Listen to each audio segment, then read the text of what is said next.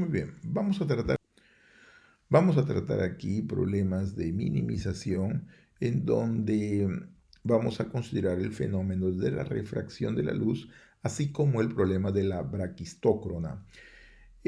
Vamos a ver qué es lo que esto significa posteriormente. El problema de minimización que vamos a tratar sigue el principio de Fermat. El principio de Fermat es aquel de la refracción de la luz y es un principio que define cómo debe de ser, cuál es la trayectoria que sigue un rayo luminoso. Con este principio vamos a encarar el problema de la vaquistócrona, que no es nada más de que la trayectoria que debe de seguir una partícula que está movida por la acción de las fuerzas gravitacionales, de tal manera que minimiza el tiempo de percurso. Y esta braquistócrona va a ser justamente el cicloide. Para poder desarrollar el problema de la vaquistócrona, vamos a usar o vamos a obtener la hipótesis de la conservación de la energía y del movimiento acelerado de la caída de los cuerpos. Muy bien, vamos a considerar también como consecuencia del principio de Fermat la ley de Snell, que trata sobre el problema de la refracción de la luz, y vamos a ver cómo estas dos cosas están ligadas uno con el otro, y esa ligación está hecha a través de la minimización del tiempo de percurso, y es ahí donde la braquistócrona se convierte o se demuestra que es de hecho la curva llamada cicloide. Y aquí entonces vamos a considerar los modelos matemáticos correspondientes. Muy bien, entonces el croquis que vamos a desarrollar es el siguiente. Vamos a tomar los problemas de minimización, el principio de Fermat, la braquistócrona y que es nada más que el cicloide. Para esto, como hipótesis, vamos a considerar la conservación de la energía y el movimiento acelerado de la caída de los cuerpos. Con el principio de Fermat vamos a ver la ley de Snell, que trata sobre la refracción de la luz, la minimización del tiempo, que es aquello que coincide tanto para la ley de Snell como para el problema de la braquistócrona, donde aparece finalmente que esta braquistócrona nada más es que un cicloide, y ahí vamos a ver los modelos matemáticos correspondientes. El principio de Fermat nos dice lo siguiente: la trayectoria que sigue un rayo luminoso es aquella que minimiza su tiempo de trayectoria, su tiempo de percurso. Pierre Fermat, así como su hermano, también los dos trataron este tipo de problemas, igual que Newton, que Leibniz, eh, consideraron también un problema eh, parecido a esto. Y aquí, por ejemplo, el problema de la refracción de la luz. Fíjense, este principio de Fermat establece de que, o sea, define cómo se comporta la trayectoria del rayo luminoso. Fíjese, tenemos dos ambientes aquí y el rayo luminoso pasa de un ambiente para otro haciendo una quiebra, y esa quiebra produce esa refracción que nosotros vemos ahí. Entonces nosotros lo que vamos a hacer es determinar cuál es la trayectoria que sigue ese rayo luminoso y cómo es que se forman esos fenómenos de refracción de la luz. Muy bien, esto lo vamos a hacer a través de las siguientes notaciones.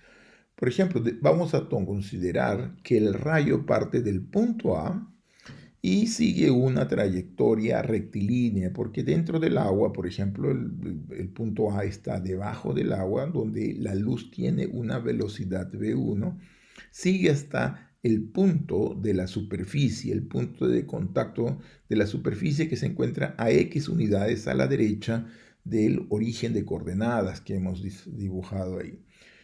A partir de ahí, el rayo luminoso se refracta y hace una quiebra y se dirige finalmente a B con un ángulo de θ2 con la normal.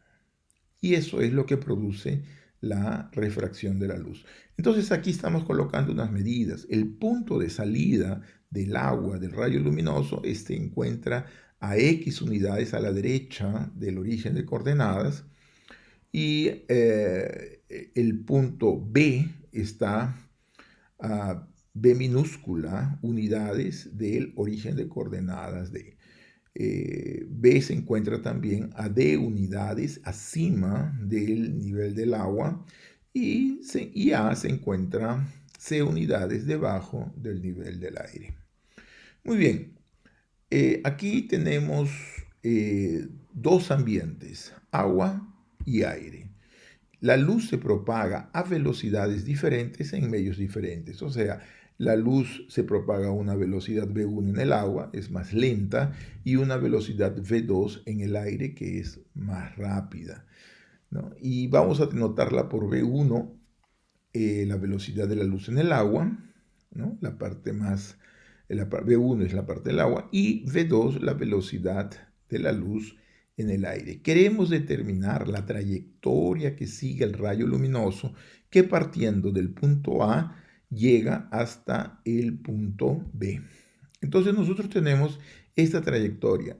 Al salir del agua, el rayo luminoso se refracta, lo que produce la visión de quiebra de la trayectoria y el fenómeno de la refracción de la luz.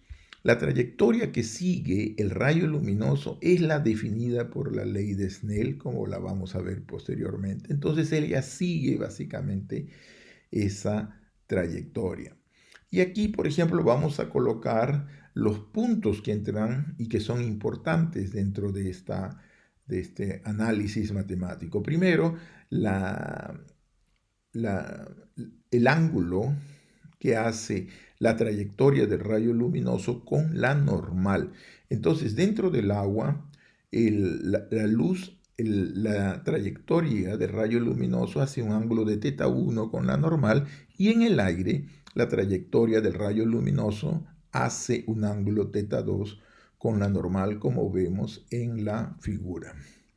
Vamos a suponer aquí de que el punto de salida del agua, del rayo luminoso, se encuentra a X unidades del origen del sistema de coordenadas que hemos colocado. Y el punto B, que sería el punto de llegada, está a B minúscula unidades a la derecha del origen de coordenadas. El punto A se encuentra a una profundidad de C unidades, o sea, C unidades debajo del origen, y el punto B está a D unidades acima del nivel del agua, como se muestra en el gráfico. Entonces, por las leyes de la cinemática, nosotros tenemos de que el tiempo de percurso de un rayo luminoso que se desplaza a una velocidad constante es igual al cociente del espacio partido por la velocidad con que se disloca este cuerpo. En términos de X, nosotros vamos a calcular el tiempo en términos de X, y esta va a estar dada por la siguiente expresión. Observe de que X forma un triángulo rectángulo que X es el cateto opuesto a θ1, y la trayectoria es exactamente la hipotenusa de ese triángulo rectángulo que vemos ahí. Y ella va a ser igual al cateto opuesto, que sería X, sumado con el otro cateto adyacente, que sería C. La hipotenusa es justamente la trayectoria, o sea, la raíz cuadrada de X al cuadrado más C cuadrado partido por la velocidad con que se disloca la luz en el agua. Y a esto tenemos que sumar la trayectoria que hace el rayo luminoso en el aire. O sea, una vez que sale de la superficie, ¿no? Sale del agua, el rayo se disloca hasta el punto B, a Bx unidades del punto de partida, más elevado al cuadrado, más la distancia D, que es la distancia que está encima del nivel del agua. Entonces, la trayectoria desde la salida del agua hasta llegada al punto B es la hipotenusa de triángulo rectángulo cuyo cateto adyacente a θ2 es D y el cateto opuesto a θ2 es B menos X. Entonces, por el teorema de Pitágoras, tenemos que eso va a ser la raíz cuadrada de B menos X al cuadrado más D al cuadrado partido por la velocidad V2. Si derivamos esta expresión para encontrar el mínimo, que sería el menor tiempo de percurso, encontramos que la derivada va a ser igual a x partido por b1 sobre la raíz de x al cuadrado más c al cuadrado, más la otra expresión, menos b menos x partido por b2 raíz cuadrada de b menos x. O sea, es la raíz, la derivada de la raíz de esos términos. Aplicando la regla de la cadena, llegamos a esa última expresión. Entonces, para calcular el mínimo, igualamos esa derivada a 0. Y derivando esta derivada a 0, por ejemplo, pasamos eso un lado al otro miembro y obtenemos esta igualdad. Muy bien, ahora vamos a usar la definición de los ángulos, la definición de seno, y vamos a observar que lo que está en el primer miembro de la última identidad se trata justamente del seno de θ1. Observe, θ1 en la figura, el cateto opuesto es x y la hipotenusa es la raíz cuadrada de x al cuadrado más c al cuadrado. Entonces, esa primera identidad nos da seno de θ1 partido por b1. Y la otra fracción corresponde al seno de θ2, que va a ser cateto opuesto, el cateto opuesto a θ2, que es b menos x dividido por la hipotenusa, la hipotenusa que es igual a la raíz cuadrada de b menos x al cuadrado más d al cuadrado. Todo eso partido por la velocidad v2. Y esta fórmula es la fórmula conocida como la ley de Snell. O sea, el rayo luminoso al salir del medio del agua crea un ángulo de θ1 con la normal. Y al momento de refractarse, cuando pasa por la parte del aire, se refracta y crea una otra trayectoria que hace un ángulo de θ2 con la normal. La ley de Snell dice de que estos dos ángulos están relacionados como seno de θ1 sobre la velocidad v1 debe de ser igual al seno de θ2 por la velocidad de θ2, sobre la velocidad de θ2. Muy bien, esta es la fórmula o la ley de Snell. Muy bien, vamos a ver entonces ahora una generalización de esto. Vamos a suponer de que tenemos dos puntos, pero estos dos puntos están separados por diferentes medios. Un medio 1, un medio 2, un medio 3, un medio 4, un medio 5, hasta llegar al último. Entonces el rayo luminoso se va a ir quebrando en cada uno de estos medios y produciendo un ángulo diferente. Va a ser un ángulo θ1, θ2, θ3, θ4, θ5, ¿correcto? Y vamos a repetir este proceso anterior, o sea, el ambiente entre 1 y 2 crea la ley de Snell para pasar el rayo luminoso del medio 1 para el medio 2.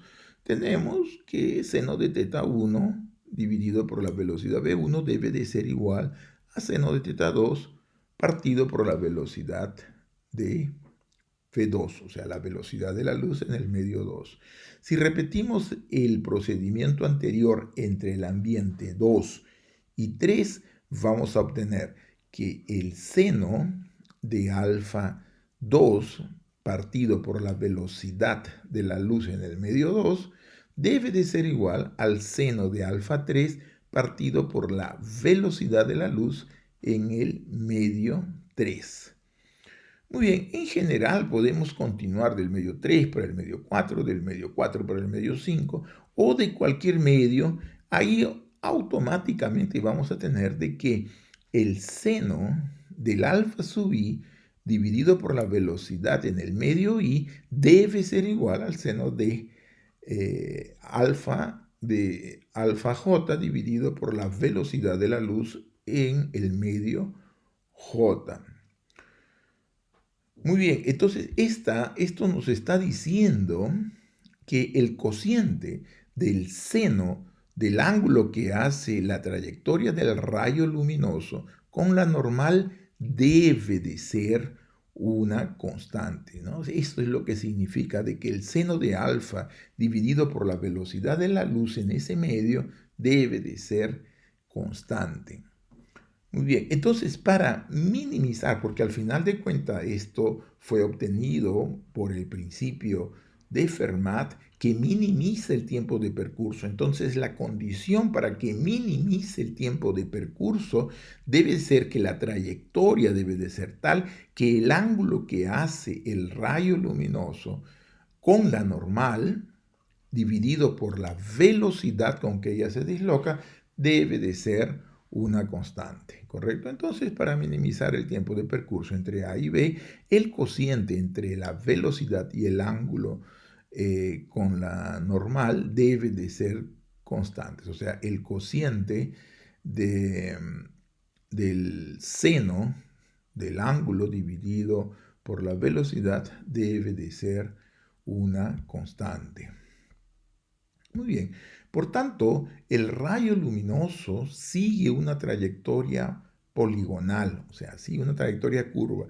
Pero fíjense, si nosotros hacemos cada vez los medios menores y menores y menores, vamos a tener que esa trayectoria poligonal se va a convertir en una trayectoria curva y vamos a utilizar este resultado para poder estudiar un otro problema que es el problema de la braquistócrona, o sea, cuál es la trayectoria que debe de seguir un cuerpo que cae desde el punto A hasta el punto B, de tal manera que minimice su tiempo de percurso.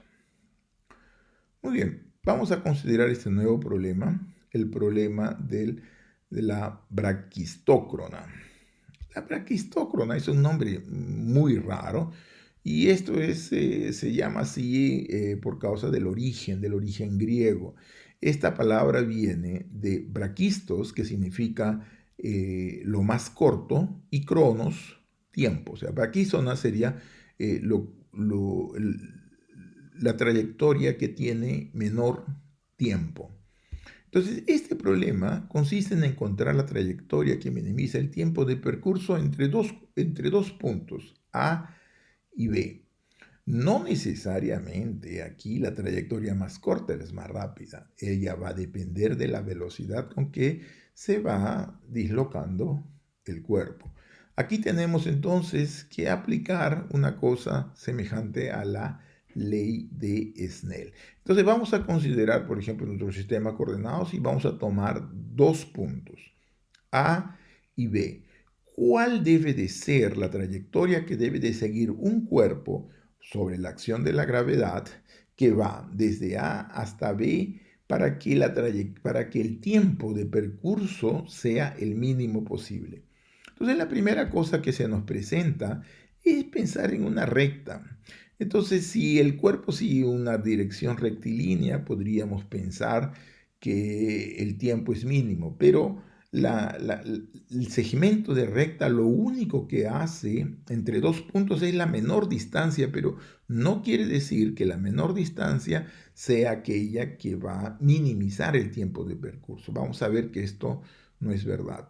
Entonces aquí, por ejemplo, podríamos pensar en unas trayectorias curvilíneas. Por ejemplo, una trayectoria que pasa por encima, una curva que pasa por encima de la recta o por debajo de la recta. Y queremos saber cuál de esas tres, por ejemplo, sería aquella en donde eh, el tiempo de percurso se minimice. Muy bien, vamos a considerar entonces aquí este problema, ¿no? Y vamos a ver las diferentes curvas. Por ejemplo, aquí vemos unas caídas de estas curvas.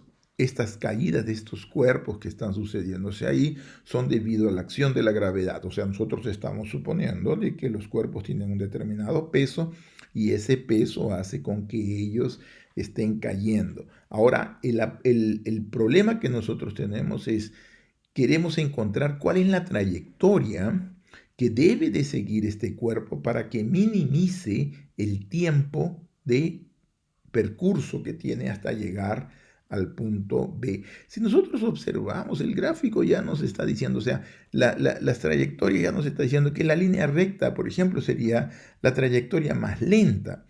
Y aquí estamos considerando la fuerza de la gravedad. O sea, fíjense, a pesar de que las curvas tienen una trayectoria más larga, no necesariamente el tiempo de percurso va a ser mayor por causa de eso. Al contrario, si ustedes observan, por ejemplo, la curva que está asociada al cicloide, esa es aquella trayectoria que hace con que la bola llegue más rápido al punto B. Y curiosamente, la trayectoria rectilínea es la más lenta.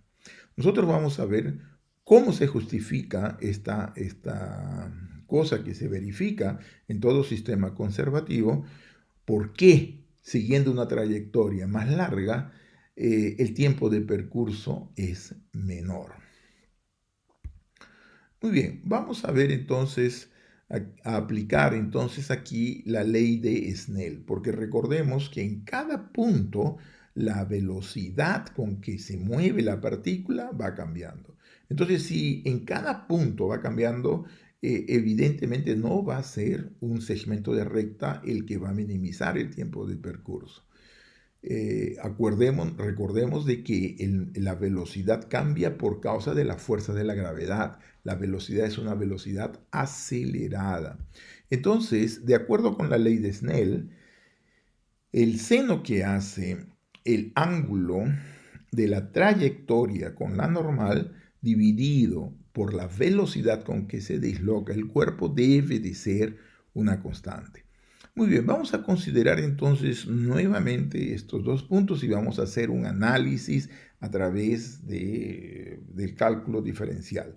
Entonces, tenemos una partícula que partiendo de A, queremos que llegue a B en el menor tiempo posible. Vamos a suponer entonces que esa curva es el gráfico de la función y igual a f de x. Entonces, ¿cuál es el ángulo que que sigue esa trayectoria curvilínea? Recordemos entonces, el ángulo va a estar definido por la recta tangente en ese punto. O sea, recordemos de que la dirección de una curva está definida por su recta tangente. Entonces aquí trazamos a recta tangente en ese puntito y ahí entonces visualizamos que el ángulo que hace esa recta tangente con la normal es un ángulo que vamos a llamar de alfa. Y observemos otro punto que es extremadamente importante. El ángulo que hace la recta tangente con el eje de las abscisas lo vamos a llamar de gamma. Ahora, es extremadamente importante recordar de que ese gamma que está ahí es el ángulo de inclinación de la recta tangente y que está asociada con la derivada de f. Muy bien, entonces, ¿cómo así vamos a aplicar la ley de Snell? Fíjense, la trayectoria que sigue un rayo luminoso, ¿no? La trayectoria que sigue un rayo luminoso es aquella que minimiza su tiempo de percurso, exactamente lo mismo que queremos para ese problema de la vaquistócrona. Entonces aquí, fíjense, lo que hacemos es dividir este proceso de diferentes niveles, porque en cada uno de los niveles hay una determinada velocidad, en cada uno de los puntos hay una determinada velocidad, y entonces ahí aparece este fenómeno de la curva, ¿no? De la braquistócrona. Muy bien. Entonces, fíjense, notemos de que la derivada de la función x es igual a la tangente de gamma. Esa es la definición de tangencia. Por otro lado, nosotros sabemos de que alfa, ¿no? Si observando los ángulos, alfa va a ser igual a gamma menos pi medios.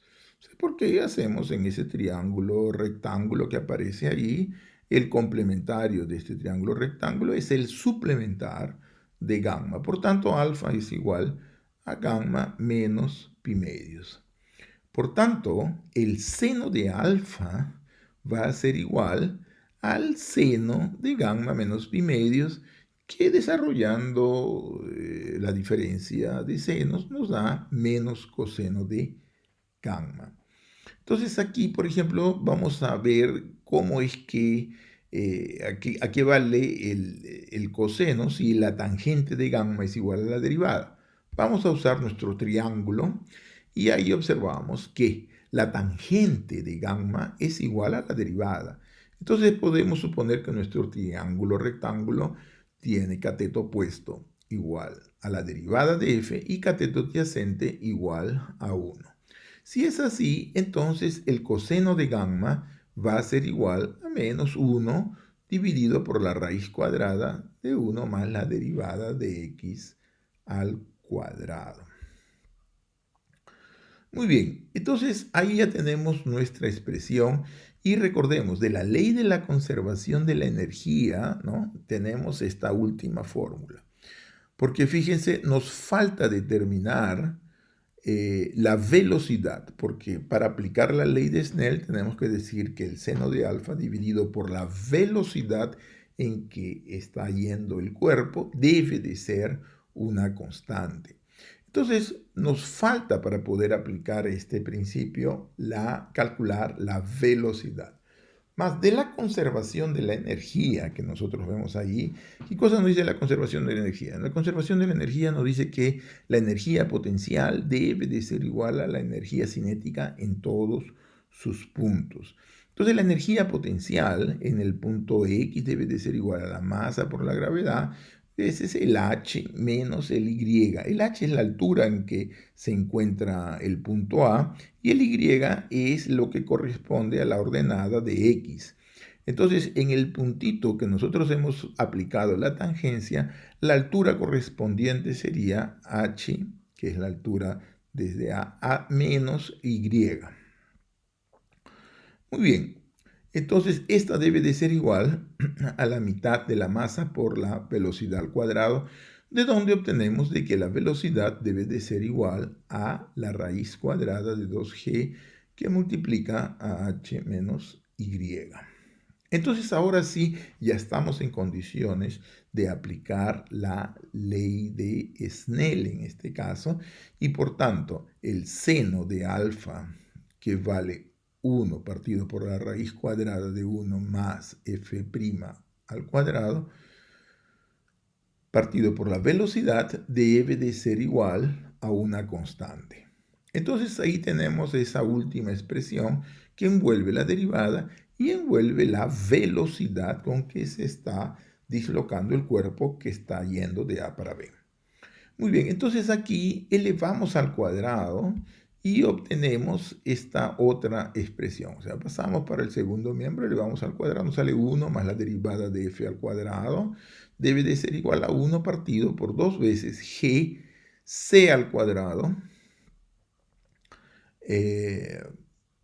multiplicado por h menos y. Entonces de aquí basamos el 1 para el segundo miembro, extraemos raíz cuadrada y encontramos que la derivada va a ser igual a menos la raíz cuadrada de ese término que está ahí. Observe que el signo es negativo porque la curva es decreciente, o sea, la curva está en una, o sea, está simulando la caída de un cuerpo que va desde A hasta B. Por tanto, el gráfico tiene que ser una función decreciente y eso significa que su derivada debe de ser negativa. Entonces, muy bien, tenemos que la derivada es negativa y nuestra incógnita es encontrar la f que verifica esa expresión. Muy bien, aquí entonces sustituimos la derivada por una notación más conveniente para este caso, que sería la derivada de y con relación a x igual a menos esa raíz. Y ahí observamos que esto es una ecuación diferencial y por suerte de variables separadas. Entonces esta ecuación la podemos escribir todo en términos de y en un miembro de la ecuación y en términos de x en el otro miembro. Entonces por eso es que se llama una ecuación de variables separadas. ¿Correcto? Entonces, haciendo las operaciones, obtenemos esta última relación y de ahí integramos. Si nosotros integramos, obtenemos esto. La integral del diferencial de x es x y por tanto obtenemos esta ecuación.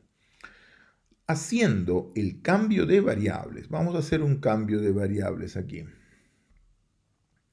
cambio de variables sería, vamos a llamar de 2gc al cuadrado h menos y, o sea, exactamente el numerador lo vamos a llamar el seno al cuadrado de un beta t. Beta es un número que lo vamos a escoger convenientemente después.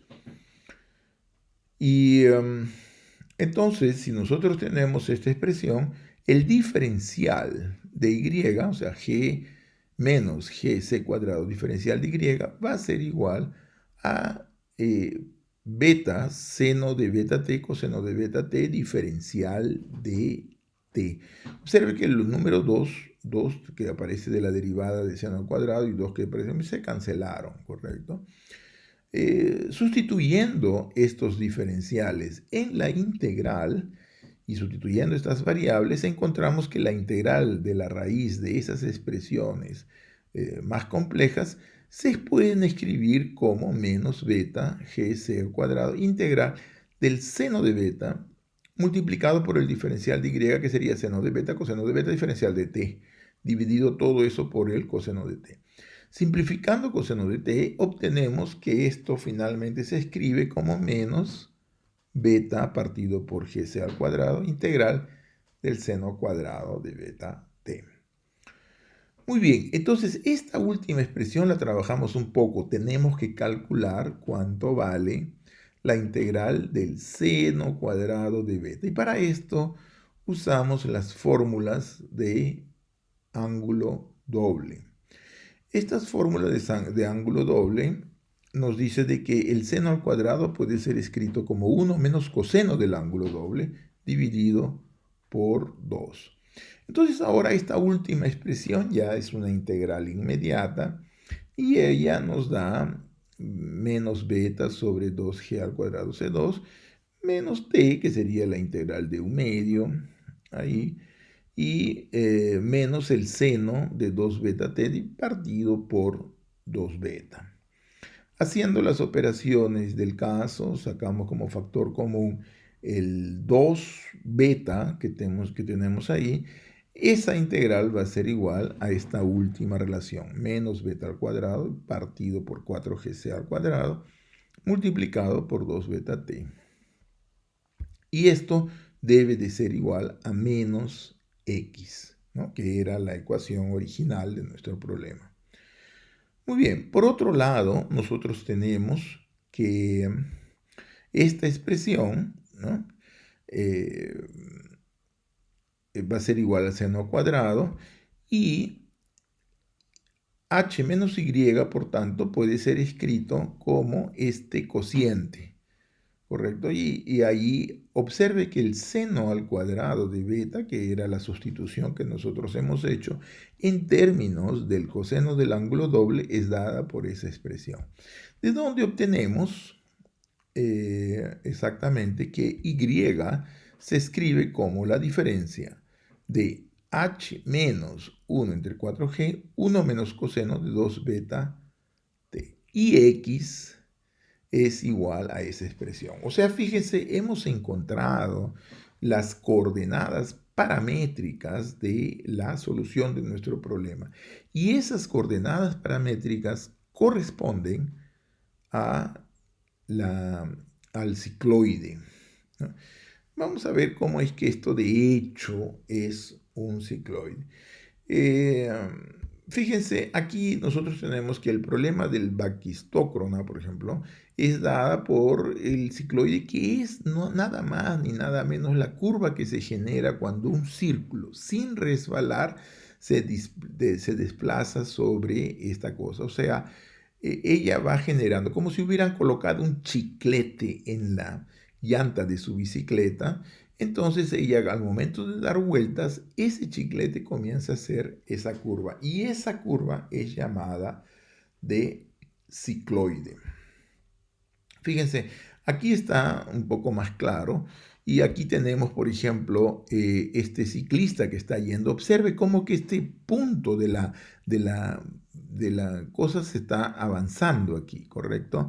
Entonces, aquí nosotros ya tenemos esa parte del cicloide.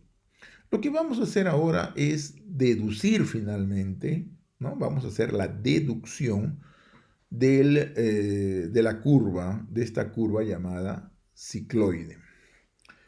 Muy bien, ¿cómo es que ella se deduce? Y si de hecho es igual a las ecuaciones paramétricas que hemos encontrado para x y para y en términos de t. Muy bien, vamos a considerar, esta es el gráfico que se produce cuando la bicicleta va dando vueltas y el chiclete va haciendo el gráfico del cicloide. Entonces, llega un momento en donde el círculo está con el chiclete pegado allí y ese punto va a ser un punto que nosotros tenemos que encontrar. ¿Cuánto vale ese punto X, Y? ¿En términos de qué? En términos del ángulo con que va rotando el tiempo de un cierto parámetro. Recordemos de que beta t era o ángulo de teta.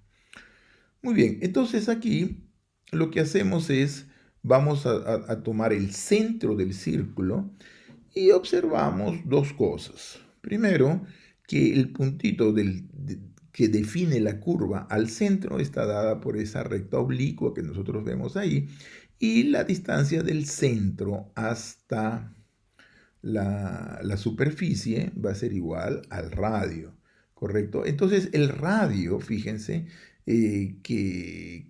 que une el punto del cicloide al centro del círculo va a ser un ángulo teta.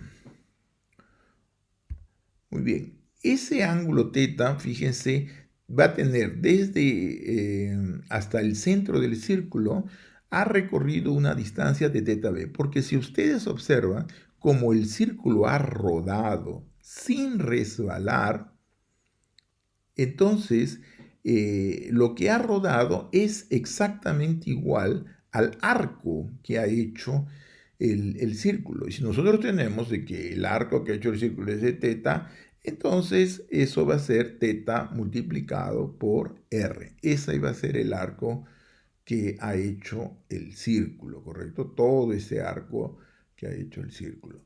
Muy bien, entonces aquí tenemos un otro punto y observemos de que este punto, que es el X, se proyecta sobre la abscisa en el punto que sería la diferencia entre todo lo que andó el círculo menos el cateto adyacente del ángulo teta. Y ese cateto adyacente es r coseno de teta. Entonces, ese punto X va a estar dado por teta r menos r coseno de teta. Ahora, la altura r que nosotros tenemos allí va a estar formada, ese va a ser el radio, y observe que esto va a tener su ordenada como r. Ahora, la ordenada que corresponde al punto I que va formando el cicloide va a ser igual a r sumado en r veces seno de teta, o sea, lo que está encima del centro del círculo sería el cateto opuesto del ángulo teta. Y ese cateto opuesto del ángulo teta sería r seno de teta. Entonces, la ordenada del punto Y sería r seno de teta. Por tanto, tenemos ya que x va a ser igual a r, que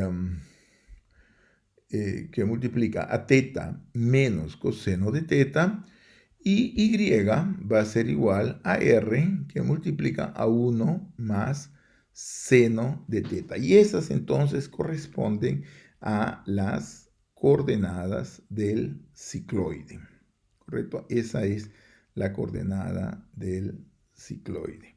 Entonces, por eso es de que el cicloide es la curva que minimiza el tiempo de percurso de un punto hasta otro. Entonces, ahora ya conocemos bien, ya sabemos cómo se forma Y esta es la curva que nos va a definir la trayectoria que debe de seguir un cuerpo movido por la fuerza de la gravedad hasta llegar al punto B. ¿Correcto? Vamos a analizar entonces, vamos a hacer las conclusiones para este problema. En primer lugar, nosotros tratamos del principio de Fermat. ¿Qué nos dice el principio de Fermat? El principio de Fermat nos dice de que la trayectoria que sigue un rayo luminoso es aquella que minimiza el tiempo de percurso. Y este principio de minimizar el tiempo de percurso no es porque sea un rayo luminoso, sino simplemente cómo se puede minimizar el tiempo de percurso es que debe de satisfacer esta relación. El seno que hace el ángulo de la trayectoria con la normal dividido por la velocidad con que se dirige en ese punto debe de ser siempre una constante. Con este principio consideramos el problema del braquistócrona, en donde se busca la curva que minimiza el tiempo de trayectoria que existe de un punto A hasta un punto B. Recordemos, insistimos en el hecho de que no es la línea recta aquella que tiene que es la trayectoria más rápida. No necesariamente es porque la velocidad no es constante. Si la velocidad fuese constante, ahí sí, el segmento de recta sería la trayectoria más rápida. Pero como no es la velocidad constante, entonces no es esa recta, inclusive es la más lenta de todas, como ya vimos en los gráficos anteriores, ¿no? Ahora, el problema de la braquistócrona es un problema en donde el sistema es conservativo. Si el sistema no es conservativo, todo lo que hemos hecho aquí no es válido. Porque, por ejemplo, supongamos de que exista fuerza de fricción. Si existiese fuerza de fricción y la fuerza de fricción neutraliza las fuerzas gravitacionales, entonces la fuerza con que estaría afectada la partícula sería cero. Y por tanto, o la partícula está en equilibrio, no se mueve, o si se mueve, estaría haciéndolo a una velocidad constante, una velocidad constante. Entonces, en ese caso, siendo la velocidad constante, la trayectoria ya no estaría dada por un cicloide. La trayectoria más corta sería un segmento de recta que estaría uniendo. Por tanto, este resultado solamente es válido para sistemas conservativos. Para sistemas no conservativos, el sistema ya no se verifica más y por tanto ya no tenemos esta propiedad.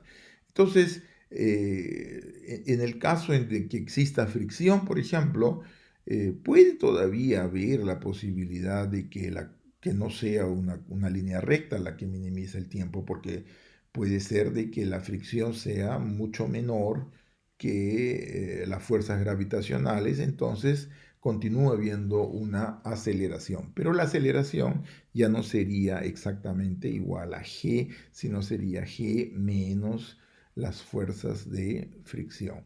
Entonces todos estos experimentos que se hacen considerando materiales con la menor fricción posible, de tal manera de simular una situación de conservación de la energía.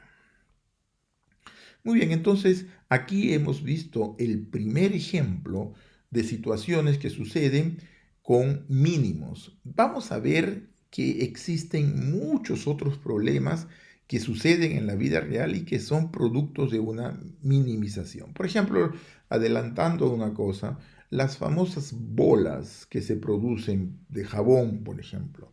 Las bolitas de jabón que uno produce cuando uno comienza a jugar son unas bolas que, digamos, tienen una superficie mínima en comparación al volumen que está dentro. Por ejemplo, dentro de todas las posibles superficies que cierran un volumen, la bola de jabón es aquella que minimiza la superficie y que tiene un volumen constante.